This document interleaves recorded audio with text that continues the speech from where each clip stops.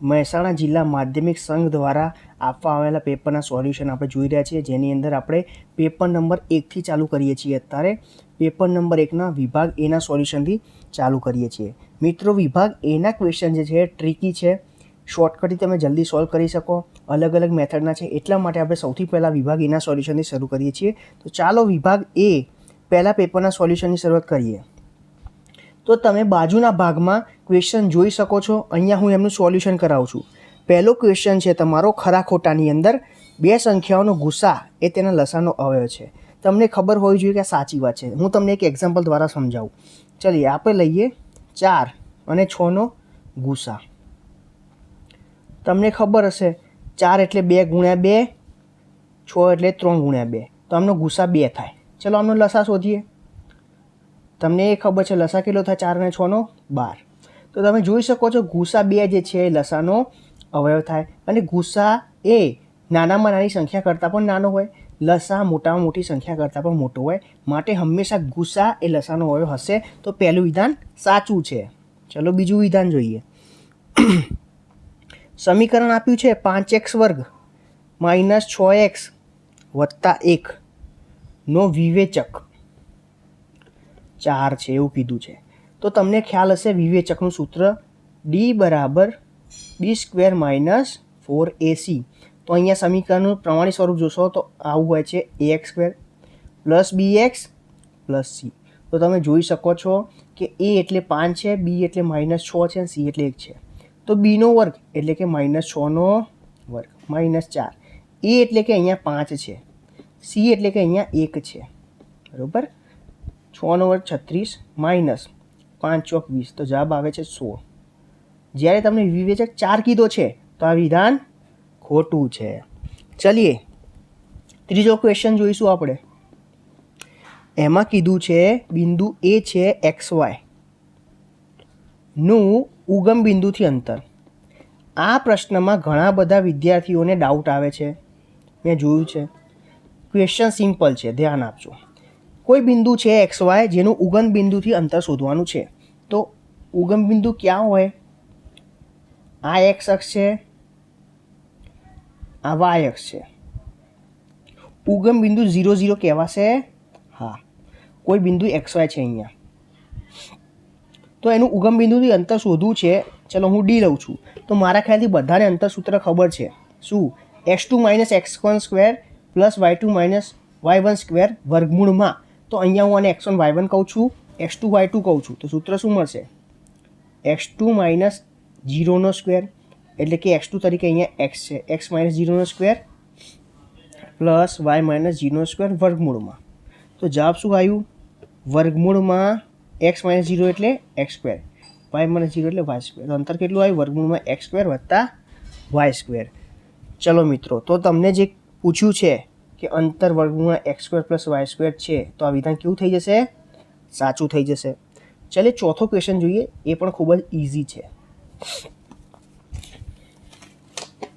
જુઓ question number 4 જુઓ. Question number 4ની અંદર તમે જોઈ શકો છો, તમને કીધું છે ચક્રીય ચતુષ્કોણ ABCD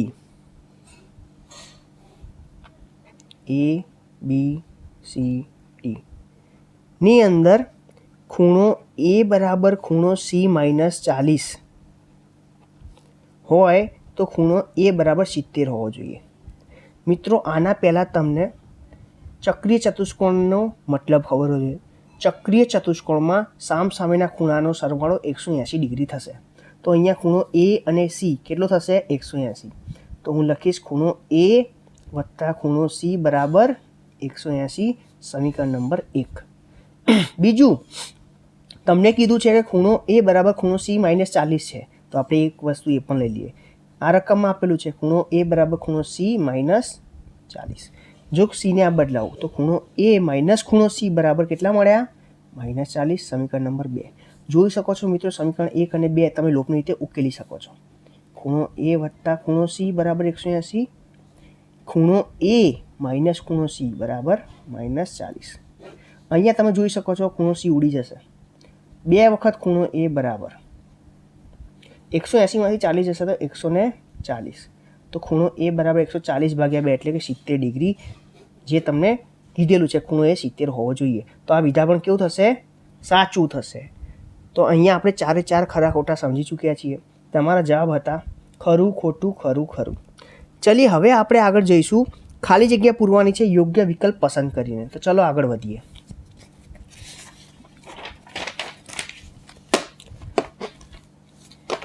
તમે બાજુમાં ક્વેશ્ચન જોઈ શકો છો. ખાલી જગ્યાની અંદર પહેલો ક્વેશ્ચન છે સમીકરણ x/2 - y/3 બરાબર 1 ને પ્રમાણિત સ્વરૂપે લખો. તો તમને ખબર છે પ્રમાણિત સ્વરૂપ એટલે આવું ax + by + c બરાબર 0 સ્વરૂપ જે હોય એને પ્રમાણિત કહેવાય. તો આપણે આવું લાવીશું. એના માટે લસા લેવો પડે. 3ને અહીંયા ગુણીશું 3x માઇનસ 2ને અહીંયા ગુણીશું 2y. નીચે લસા 3 અને 2નો 6 બરાબર 1. 6 અહીંયા ગુણાશે? હા. 3x - 2y બરાબર 6. 6ને આ બાદ લાવીએ તો 3x - 2y - 6 બરાબર 0. તો આ તમારું પ્રમાણિત સ્વરૂપ થયું. અને આ તમારો ઓપ્શન નંબર જે બીજો છે ખાલી જગ્યાના કૌંસમાં જે વિકલ્પો આપ્યા છે એમાં બીજો ઓપ્શન જવાબમાં છે. ચલીએ તો 5મો પ્રશ્ન સોલ્વ થઈ ચૂક્યો છે. આપણે 6થો પ્રશ્ન જોઈએ. પ્રશ્ન નંબર 6માં છે Sn - 2Sn - 1 પ્લસ Sn - 2 બરાબર ખાલી જગ્યા. ખાલી જગ્યાવાળો પ્રશ્ન છે. તો આની અંદર તમને ઓપ્શન આપેલા છે 2D, D અને A. જો મિત્રો આપણે આની અંદર Sn - 1નું Sn - 2નું સૂત્ર મૂકીને કરીશું તો પણ થશે, પરંતુ એ દાખલો ખૂબ જ મોટો થઈ જશે અને તમારે 1 માર્ક્સ માટે એટલો મોટો સમ કરવો એ બહુ ટાઈમ વેસ્ટ કરશે. એટલા માટે આપણે શોર્ટકટથી જોઈશું. આના માટે તમારે કોઈ પણ એક સમાંતર શ્રેણી લેવાની છે, ઇઝી પડે એવી લેવી. જેમ કે હું લઈ રહ્યો છું 3, 5, 7, 9થી લઈને અહીંયા આગળ હું n બરાબર 4 લઈને ચેક કરી જોઉં તો સૌથી પહેલાં Sn ગણું એટલે કે S4 ગણું એટલે કે પહેલાં 4 પદોનો સરવાળો. તો તમે જોઈ શકો છો 5 ને 3 8, 8 ને 7 15, 15 ને 9 24. તો મને Sn એટલે કે પહેલાં 4 પદોનો સરવાળો મળે 24. તમે Sn - 1 એટલે કે Sn બરાબર કેટલા લીધા છે આપણે? 4. 4 - 1 S3. તો પહેલાં 3 પદોનો સરવાળો 1 2 ને 3 કેટલો મળે છે? 8 ને 5 15. આ જે તમને Sn - 1 મળ્યો Sn મળ્યો. Sn - 2 લઈ લો એટલે કે S4 - 2 એટલે કે S2 મતલબ કે પહેલાં 2 પદોનો સરવાળો 5 ને 3 8. અહીંયા તમે શું કહ્યું છે સમજો. આ સમાંતર શ્રેણી પણ તમે તમારી રીતે લીધી છે. એનનું મૂલ્ય પણ તમારી રીતે લીધું. Sn - 1 Sn - 2 પણ આપણે જે રકમ છે એ પ્રમાણે શોધ્યું. હવે આપણે અહીંયા વેલ્યુ મૂકીએ અને જોઈએ કે આપણને શું જવાબ મળે છે. તો ચલો હું અહીંયા લઉં છું Sn - 2 Sn - 1 plus Sn - 2. Sn એટલે કે 4 માટે આપણે ગણીને જોયું તો 24 મળ્યો. એ જ રીતે 4 માટે Sn - 1 મળે તો 15, 2 ગુણ્યા 15. Sn - 2 આપણને મળે છે 8. ચલો 24 ને 8 સરવાળો કરો તો 30. સોરી 24 ને 8 32 માઇનસ 15 દુ 30. જવાબ શું આવ્યો? 2. શું તમે આ સમાંતર શ્રેણી અંદર જુઓ 2 શું છે? અહીંયા ઓપ્શન છે A. પહેલું પર શું છે? અહીંયા 3. D એટલે કે તફાવત કેટલો છે? 5 - 3 2. 2D એટલે તફાવત 2 વખત કેટલો છે? 4. તમારો જવાબ શું આવ્યો? Sn - 2 Sn - 1 પ્લસ Sn - 2 નો જવાબ આવ્યો છે 2. જુઓ તો 3 ઓપ્શનમાંથી 2 કોણ છે? 2 છે તફાવત. તો અહીંયા તમારો જવાબ શું થશે? તફાવત. જુઓ મિત્રો, તમારી મરજીની સમાંતર શ્રેણી લેવી, તમારા મરજીનું nનું મૂલ્ય લેવું અને કિંમતો શોધીને આ સમીકરણમાં મૂકવી. જે જવાબ મળે ચેક કરી લો. જો લોંગ મેથડથી કરવા જશો બહુ જ લોંગ મેથડ થશે. તમારે ખોટી પડવાની કે ભૂલો થવાની ચાન્સ પણ રહેશે. મેં તમને ઇઝીમાં ઇઝી મેથડ બનાવી છે. ચાલો આપણે આગળ વધીશું. જુઓ ક્વેશ્ચન નંબર 7. ક્વેશ્ચન નંબર 7ની અંદર છે tan 5 theta into tan 4 theta is equal to 1. Option છે તમારા માટે 10, 9 ને 7. આના માટે પણ શોર્ટકટ છે, હું તમને 2 શોર્ટકટ શીખવાડીશ, બંને ધ્યાનમાં રાખજો. સૌથી પહેલાં તમારે હિટ એન્ડ ટ્રાયલ મેથડ કરવાની છે, એટલે કે 10ને અહીંયા મૂકીને ચેક કરવાનું છે કે જવાબ શું આવે છે. 9ને મૂકીને 7ને મૂકીને 10થી ચેક કરીએ, જોઈએ જવાબ આવે છે નહીં. ચલો થીટાના બદલે 10 મૂકવા.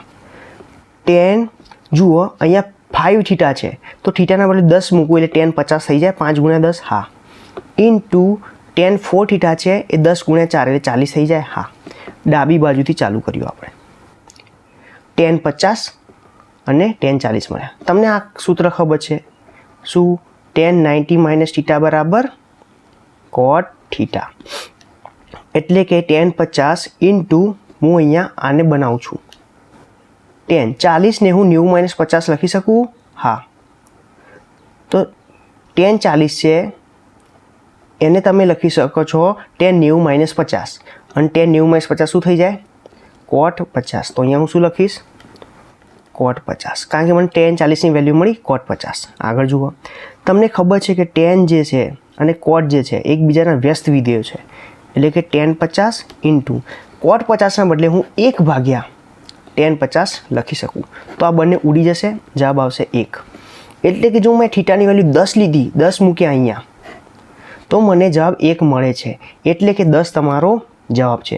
જો તમે 9 અને 7 મૂકશો તો તમને જવાબ નહીં મળે. તો અહીંયા તમારો જવાબ થશે 1. ચલીએ આપણે આગળ વધીશું ક્વેશ્ચન નંબર 8 તરફ. બધા ટ્રિકી એક્ઝામ્પલ છે, તો મિત્રો સમજજો, ધ્યાન આપજો.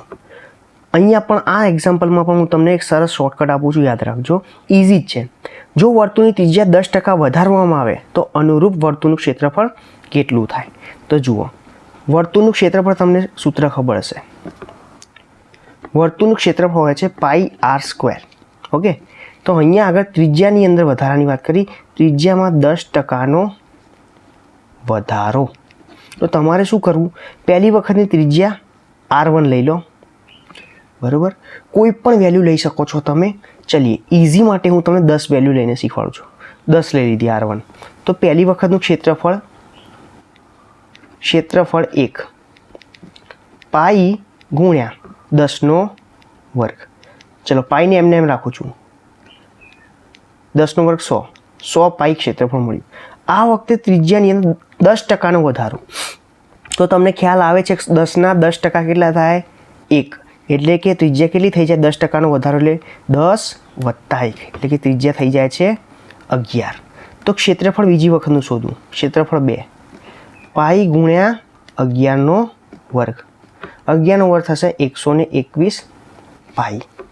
તો અહીંયા જુઓ, ક્ષેત્રફળ 1, ક્ષેત્રફળ 2. તો ક્ષેત્રફળ 2માંથી 1 બાદ કરું ત્યારે મને શું મળે? વધારો. કારણ કે પહેલાં આવું હતું, હવે આવું થયું. તો વધારો શોધવા માટે ક્ષેત્રફળ 2 - ક્ષેત્રફળ 1. તો જુઓ શું મળે છે? ક્ષેત્રફળ 2 એટલે 121 પાઈ માઇનસ 100 પાઈ. જવાબ શું આવ્યો? 21 પાઈ જેટલું ક્ષેત્રફળ વધ્યું. હવે તમને 83 મૂકતા તો આવડતી જશે. ચલો મિત્રો, હું તમને અહીંયા બાકીનો દાખલો સમજાવું છું. 21 પાઈ વધારો થયો. ક્ષેત્રફળ શરૂઆતનું કેટલું હતું? 100 પાઈ. તો તમે ગણી શકો છો ટકાવારી. કઈ રીતે? 100 પાઈએ 21 પાઈનો વધારો, બરાબર. 100 પાઈ ક્ષેત્રફળ હતું, એમાં 21 પાઈનો વધારો થયો. તો તમારા ટકાવારી કેટલા હોય? 100 હોય. 100 કેટલાનો વધારો? બરાબર. 100 પાઈ ક્ષેત્રફળમાં 21 પાઈનો વધારો થયો. 100 કેટલાનો? 100 ગુણ્યા 21 પાઈ ભાગ્યા 100 પાઈ. તમે જોઈ શકો છો તમારો જવાબ આવે છે 21%. તો અહીંયા તમને 21%નો વધારો જોવા મળશે. અહીંયા 10 લેવાથી તમે ઇઝીમાં ઇઝી મેથડથી જવાબ લાવી શકો છો. આની લોંગ મેથડ પણ છે. r બરાબર r1 બરાબર r અને r2 બરાબર 1.1r લઈને, પણ મેં તમને ઇઝી બનાવવાનો ટ્રાય કર્યો છે. ચલીએ આપણે નેક્સ્ટ એક્ઝામ્પલ તરફ જઈશું. જુઓ તો ક્વેશ્ચન નંબર 9ની અંદર કીધું છે 8 સેમી ત્રિજ્યાવાળા અર્ધવર્તુળમાં અંતર્ગત ત્રિકોણનું મહત્તમ ક્ષેત્રફળ શોધો. ચલીએ મિત્રો, આ પણ કોન્સેપ્ચ્યુઅલ ક્વેશ્ચન છે, તો ધ્યાન આપજો. 8 સેમી ત્રિજ્યાવાળું અર્ધવર્તુળ કીધું છે, તો આની ત્રિજ્યા કેટલી હશે? 8 સેમી. હવે મિત્રો અંતર્ગત ત્રિકોણનો મતલબ સમજો. ચલીએ હું તમને એક રફ ફિગરની અંદર નીચે સમજાવું છું અંતર્ગત ત્રિકોણ કોને કહેવાય. અહીંયાથી ચાલુ કરીને આ વ્યાસ અને કોઈ પણ બે જીવાઓથી બનતો ત્રિકોણ, એ ત્રિકોણ આવો પણ હોઈ શકે, એ ત્રિકોણ આવો પણ હોઈ શકે. હવે મિત્રો હું જે તમને વાત કહેવા જઈ રહ્યો છું યાદ રાખજો. ત્રિકોણનું ક્ષેત્રફળ મહત્તમ ક્યારે બનશે? જુઓ, અહીંયા તમે કોઈ નાની બાજુ લો, બીજી એક મોટી બાજુ, તો જો ત્રિકોણ ઘણો નાનો લાગે છે, પણ જો તમે અહીંયા વચ્ચેવટ લેશો, એટલે કે આ બંને બાજુ સમાન લેશો, તમને મહત્તમ ક્ષેત્રફળ મળવાનું છે. તમારે યાદ રાખવું. તો જુઓ, જ્યારે હું અહીંયા અને અહીંયા, એટલે કે આ બે બાજુના માપ સમાન રાખું તો તમને અર્ધવર્તુળની અંદર મહત્તમ ક્ષેત્રફળ મળશે. જો કે મિત્રો આ વખતેના સિલેબસમાં તમારે આ સમ કટ છે, છતાં પણ તમારે સમજવું હોય તો સમજી લો. એટલા માટે તમને કદાચ અલગ લાગશે, કારણ કે તમે સ્કૂલ કોલેજમાં કે ટ્યુશનમાં શીખ્યા નહીં હોય આવો, કારણ કે સિલેબસમાં કટ હોવાથી તમને શીખવા નહીં મળે હોય. જુઓ, આ બાજુનું માપ કેટલું થઈ ગયું?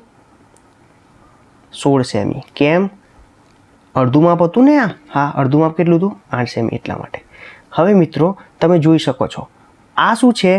અહીંથી લઈને આ એક લઉં, આ પણ શું છે? એક વર્તુળની ત્રિજ્યા. જુઓ, આ વર્તુળ છે, તો આ ત્રિજ્યા 8 છે, તો આ ત્રિજ્યા પણ કેટલી થાય? 8.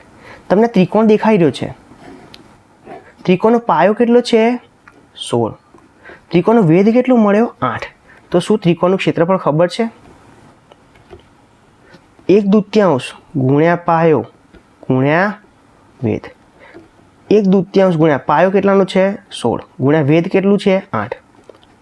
8 ઈઠ્ઠું 64. તો 64 સેમી સ્ક્વેર તમારો જવાબ થશે. ત્રિકોણનું મહત્તમ ક્ષેત્રફળ 64 સેમી. અને ઊંચાઈ, તો નળાકારનો વ્યાસ ડી બરાબર 14 સેમી. તમને ખબર છે ત્રિજ્યા એનાથી અડધી થાય, 7 સેમી. ઊંચાઈ એચ આપેલી છે 10 સેમી. કુલ પૃષ્ઠફળ પૂછ્યું છે, કુલ પૃષ્ઠફળ. તો કુલ નળાકારનું કુલ પૃષ્ઠફળ તમને ખ્યાલ હશે. જો નળાકાર હોય તો એનું કુલ પૃષ્ઠફળ કેટલું થાય?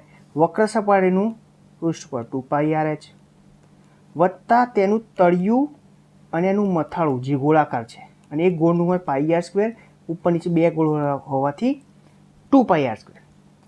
અહીંયાથી હું 2πr કોમન નીકાળું તો વધશે h પ્લસ r. 2 ગુણ્યા 22/7 ગુણ્યા 7 ગુણ્યા કૌંસમાં 10 વત્તા 7, 7 7 ઉડી જશે, 44 ગુણ્યા 17. તો આપણો જવાબ આવશે 748 સેમી સ્ક્વેર. ઓકે, ચલીએ આપણે 11મું એક્ઝામ્પલ જોઈએ. હવે અહીંયા ખાલી જગ્યાઓ પૂરી થાય છે. એક શબ્દ કે આંકડાની અંદર જવાબ આપો એવા પ્રશ્નો શરૂ થાય છે. અહીંયા છે કોઈ એક વર્ષમાં 15મી ઓગસ્ટે રવિવાર હોય તેની સંભાવના. વિચારજો મિત્રો, 15મી ઓગસ્ટ. હવે 15મી ઓગસ્ટ આવે છે એ કોઈ દિવસ છે. હવે કોઈ પણ દિવસે જુદા જુદા 7 વાર હોઈ શકે. તો આપણને સંભાવનાનું સૂત્ર ખબર છે. શું સંભાવનાનું સૂત્ર છે? સાનુકૂળ પરિણામ ભાગ્યા કુલ પરિણામ. હવે 15મી ઓગસ્ટ આવે તો 15મી ઓગસ્ટે કેટલા વાર આવી શકે છે? જુદા જુદા 7.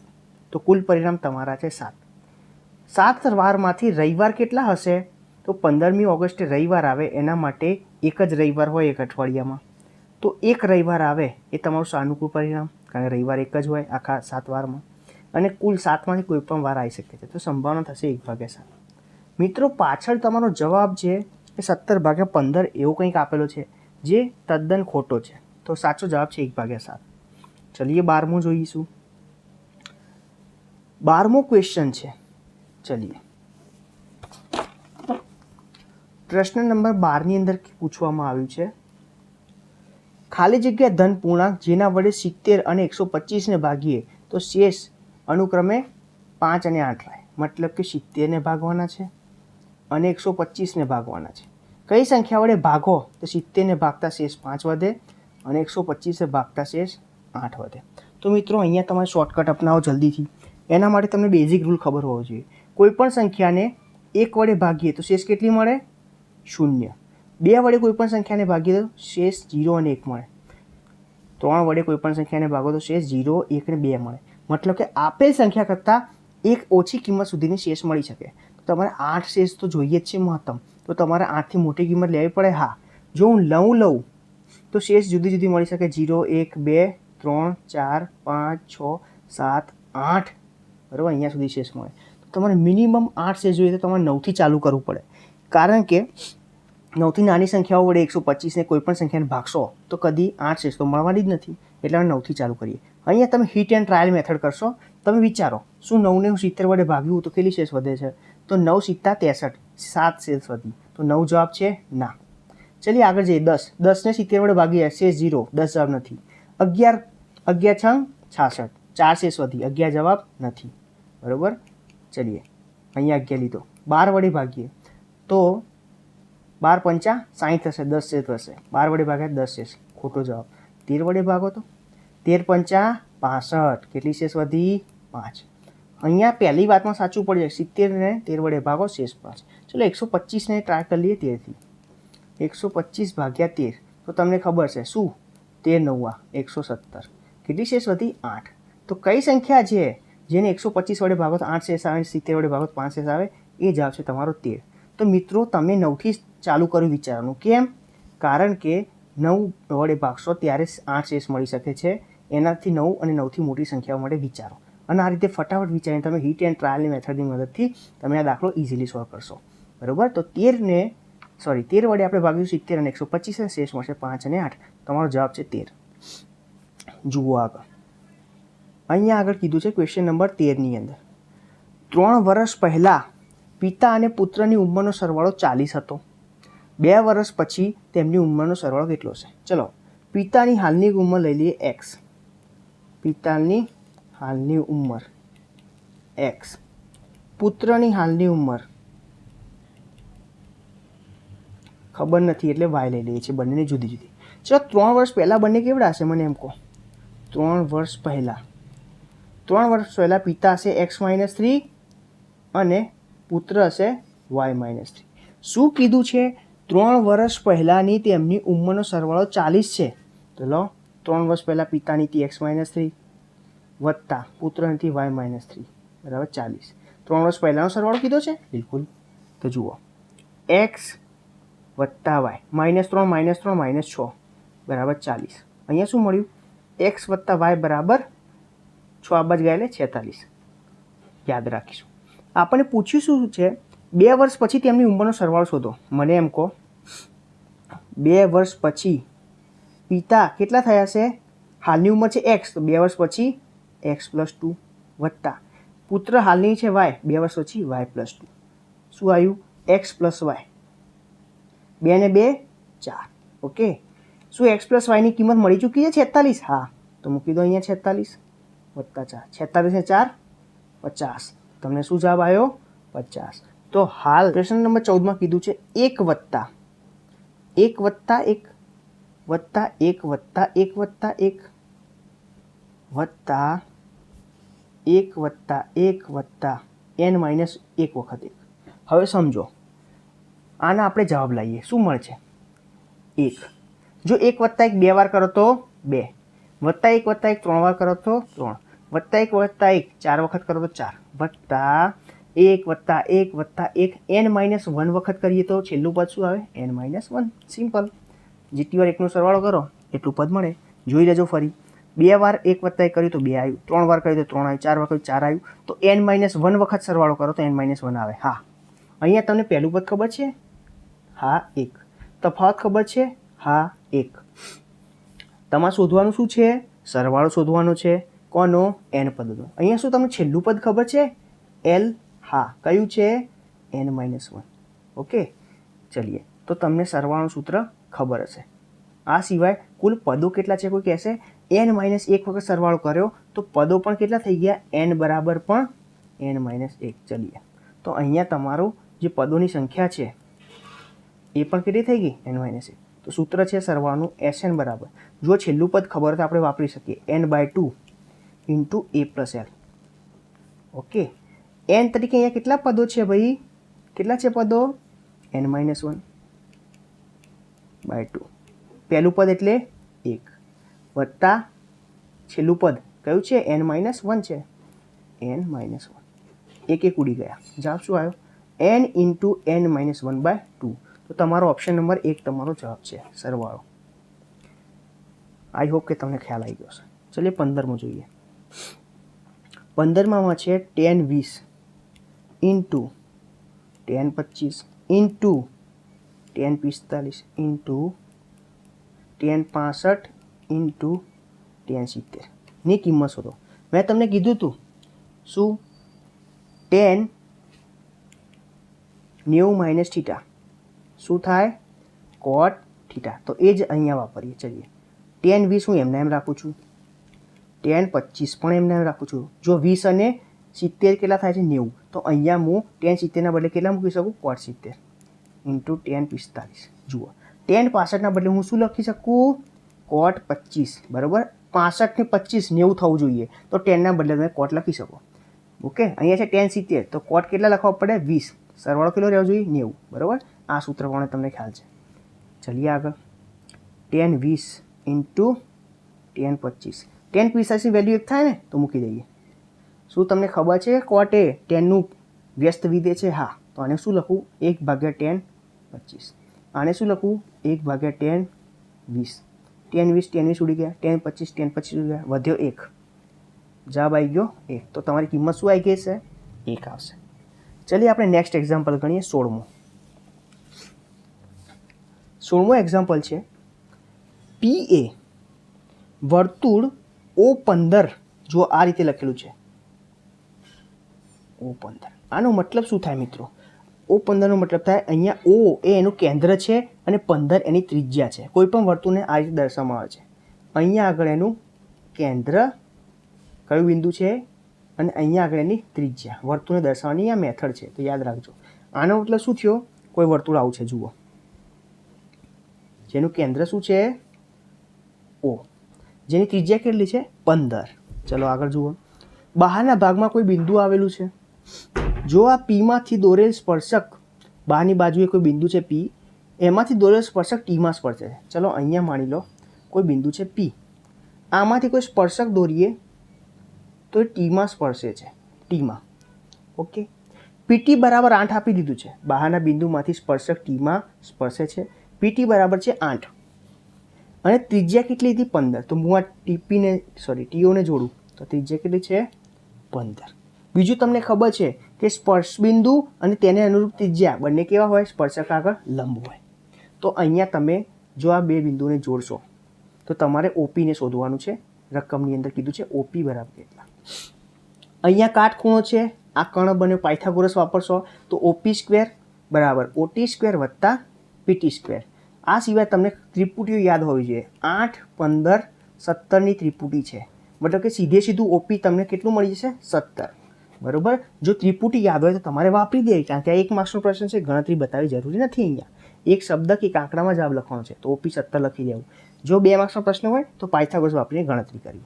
ચલીએ, તો આ 16મો ક્વેશ્ચન સોલ્વ થઈ ચૂકે. હવે આપણે 17મો ક્વેશ્ચન જોઈશું. ચલો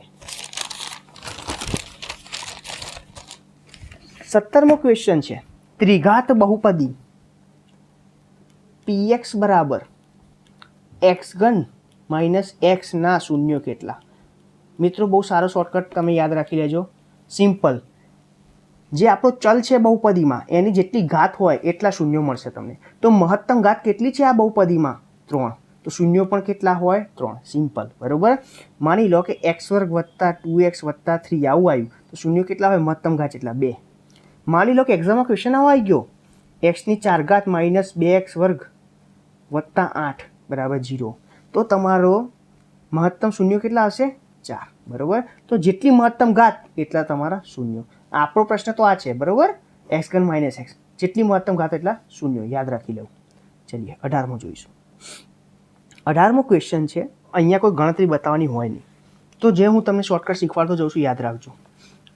ત્રિકોણ DEF ની બાજુઓ અનુક્રમે ક્રમમાં છે 4, 6 અને 8. કોઈ પણ ક્રમમાં છે, તો તમે જે બાજુને જે લેવું એ લઈ શકો છો. અહીંયા આ સિવાય કીધું છે ત્રિકોણ DEF એ સમરૂપ છે ત્રિકોણ QPR ને.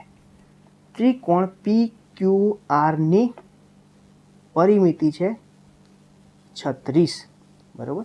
ચલીએ હવે થોડું વિચારજો.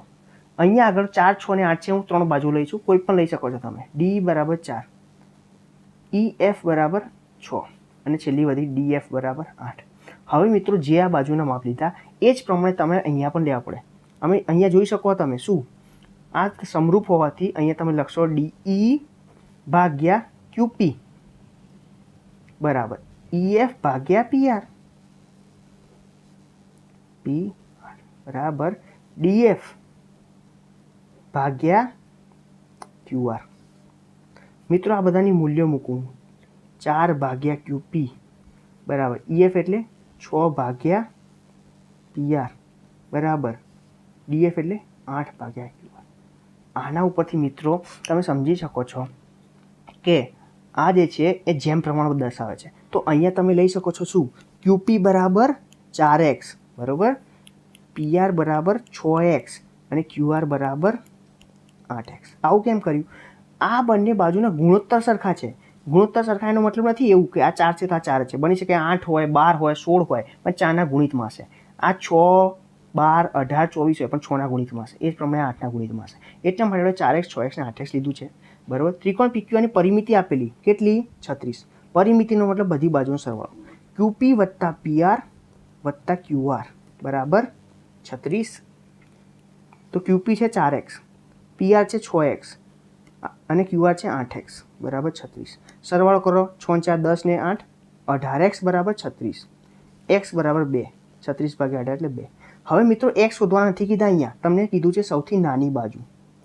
નાની બાજુ કઈ હોય? 4x નાનું કહેવાય 6x નાનું કહેવાય 8x નાનું કહેવાય. તો 4x સૌથી નાની બાજુ કહેવાય. તો QP બરાબર 4x x કેટલા મળ્યા 2 4 × 2 જવાબ શું આવી ગયો 8. તો સૌથી નાની બાજુનું માપ હોય 8 સેમી. સિમ્પલ. ઓકે ચલીએ નેક્સ્ટ એક્ઝામ્પલ જોઈએ આપણે. પ્રશ્ન નંબર 19. અહીંયા મિત્રો તમને ત્રિકોણ PQR અને XYZ આપ્યા છે અને એની સમરૂપતા પણ આપેલી છે બરાબર. તો અહીંયા તમારે PQR ભાગ્યા XYZ ના ક્ષેત્રફળનો ગુણોત્તર શોધવાનો છે. તો આવું લખેલું હોય મતલબ એનું ક્ષેત્રફળ દર્શાવે છે. તમને ખ્યાલ છે. હવે મિત્રો તમને આપવામાં આવ્યું છે PQ ભાગ્યા XY બરાબર QR ભાગ્યા YZ બરાબર PR ભાગ્યા XZ બરાબર 2/5. હવે તમને ખ્યાલ છે મોસ્ટ ઇમ્પોર્ટન્ટ પ્રમેય છે બરાબર કે કોઈપણ બે સમરૂપ ત્રિકોણના ક્ષેત્રફળનો ગુણોત્તર એ તેમની અનુરૂપ બાજુઓના ગુણોત્તરના વર્ગના સમપ્રમાણમાં હોય છે બરાબર. વર્ગના જેટલું હોય છે. તો ભાઈ તમને ખબર છે શું લખવું અહીંયા PQR ભાગ્યા XYZ બરાબર કાં તો આનો કાં તો આનો કાં તો આનો વર્ગ બરાબર. લો પહેલાંનો લઈ લો PQ ભાગ્યા XYનો વર્ગ. PQ ભાગ્યા XY કેટલા જુઓ 2/5 આપેલા 2/5નો વર્ગ કેટલો થાય 4 ભાગ્યા 25. તમારો જવાબ છે 4 ભાગ્યા 25. ચલે નેક્સ્ટ એક્ઝામ્પલ જોઈએ. આ જુઓ વિદ્યાર્થી મિત્રો ક્વેશ્ચન નંબર 20 એકદમ ઇઝી છે. એની અંદર તમને કીધું છે ત્રિકોણ PQRમાં Pનો દ્વિભાજક QRને Dમાં છેદે છે. મતલબ કે આ રીતે તમને ત્રિકોણ PQR આપવામાં આવે છે. P Q અને R. એની અંદર કે છે P ખૂણાનો દ્વિભાજક મતલબ કે બે સરખા ભાગ કરશે તો એ Dમાં છેદે છે. હવે દ્વિભાજક જે છેદે છે એના કારણે QRના ભાગ પડી જાય છે QD અને DR જેનો ગુણોત્તર આપ્યો છે QD જેમ RD 4/7. ઓકે. બીજું તમને PQની લંબાઈ પૂછી છે અને PRની લંબાઈ આપી દીધી છે 14. હવે જ્યારે મિત્રો કોઈ ખૂણાનો દ્વિભાજક જ્યારે છેદતું હોય એનાથી સામેની બાજુના બે ભાગ પડી જશે તો એની અંદર આપણે જોઈશું તો તમને મળશે PR આ બાજુ અને આ જે ભાગ મળ્યો એટલે કે RD બરાબર થશે આ બાજુ PQ ભાગ્યા આ સામેનો જે ભાગ મળ્યો કેટલો છે QD. ચલીએ PRની વેલ્યુ કેટલી છે 14. RD કેટલો છે 7. PQની વેલ્યુ શોધવાની છે QD છે 4. 7 દુ 14. તો PQ બરાબર કેટલા મળશે તમને 8. તો સિમ્પલી તમારે યાદ રાખવાનું છે આ બાજુ અને એના તરફનો ભાગ જે મળ્યો દ્વિભાજકના કારણે એ આ બાજુ એના તરફનો જે ભાગ મળ્યો. ચલીએ આપણે 21મો ક્વેશ્ચનમાં. ક્વેશ્ચન નંબર 21માં આપેલો છે મધ્યક x બાર બરાબર 21.44 બહુલક z બરાબર 19.13. તો તમારે મધ્યસ્થ શોધવાનો છે. તો આના માટે સૂત્ર તમને ખબર છે 3 ગુણ્યા મધ્યસ્થ એટલે કે m બરાબર બહુલક વત્તા 2 ગુણ્યા મધ્યક એક્સ બાર. તો ચલો મૂકી દઈએ કિંમતો. બહુલક છે 19.13 વત્તા 2 ગુણ્યા મધ્યક છે 21.44. 19.13 આ બાજુ છે 3 ગુણ્યા એમ એટલે કે મધ્યસ્થ 3 ગુણ્યા 19.13 વત્તા 21 × 42.88. તો હવે તમે આનો સરવાળો કરશો, ભાગ્યા 3 કરશો. તો હું સરવાળો કરી જઉં છું.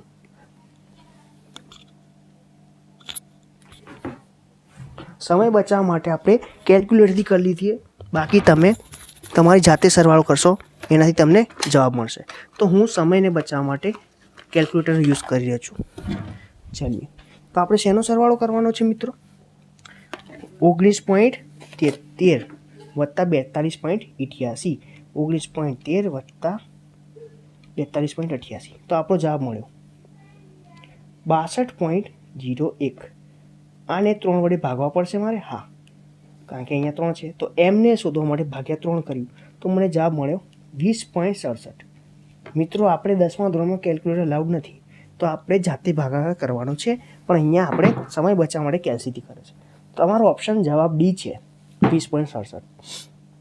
ચલીએ આગળનો ક્વેશ્ચન જોઈશું.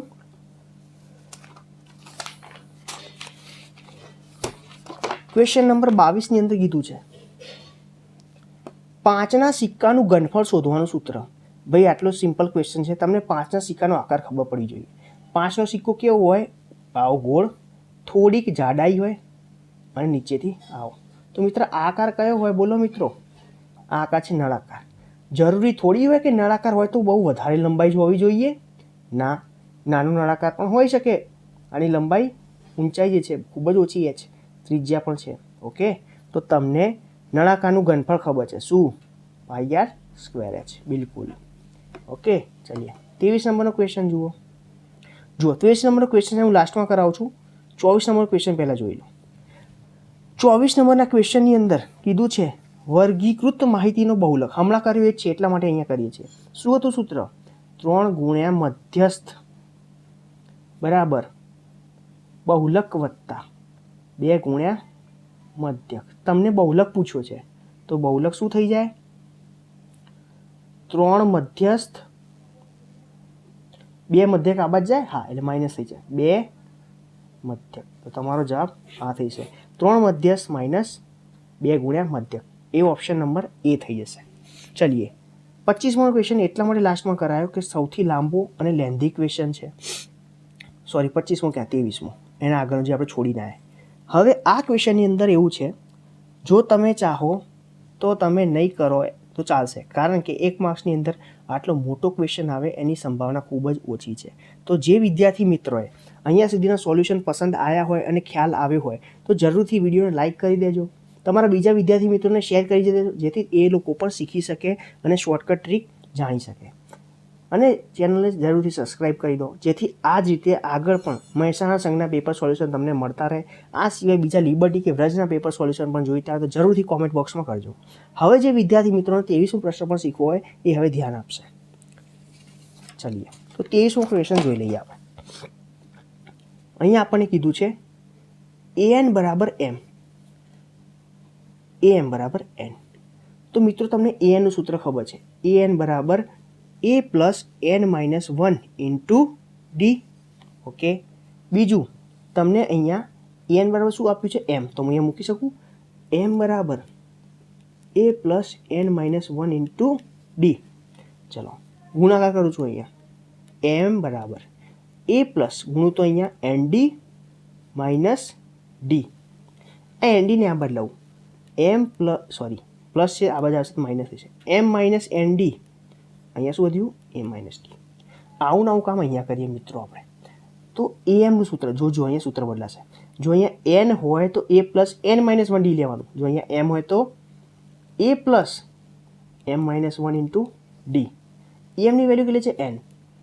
n બરાબર a plus m-1 into D. ચલો આને ગુણી દઉં, a plus md minus D. Okay, ચલીએ md ને આ બદલાઈએ, n માઇનસ md બરાબર a માઇનસ ડી. તમે જોઈ શકો છો સમીકરણ નંબર 1 અને સમીકરણ નંબર 2 બંનેમાં a માઇનસ ડી આવ્યું છે. જો હું સરખાવું a માઇનસ ડીની કિંમત આ પણ છે ને આ પણ છે, મતલબ m માઇનસ એન ડી અને n માઇનસ એમ ડી સરખા છે. m માઇનસ એન ડી બરાબર n minus M D.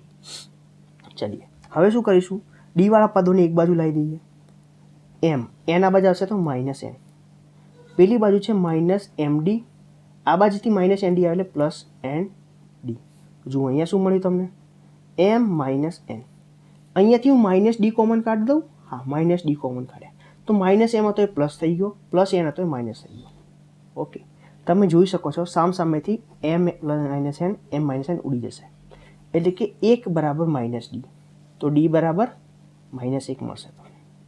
Okay, તો અહીંયા આગળ તમને ડી બરાબર -1 મળે છે. તમારે શોધવાનું શું છે યાદ રાખજો મિત્રો, am પ્લસ n બરાબર શું, કેટલા મળશે આ શોધવાનું છે.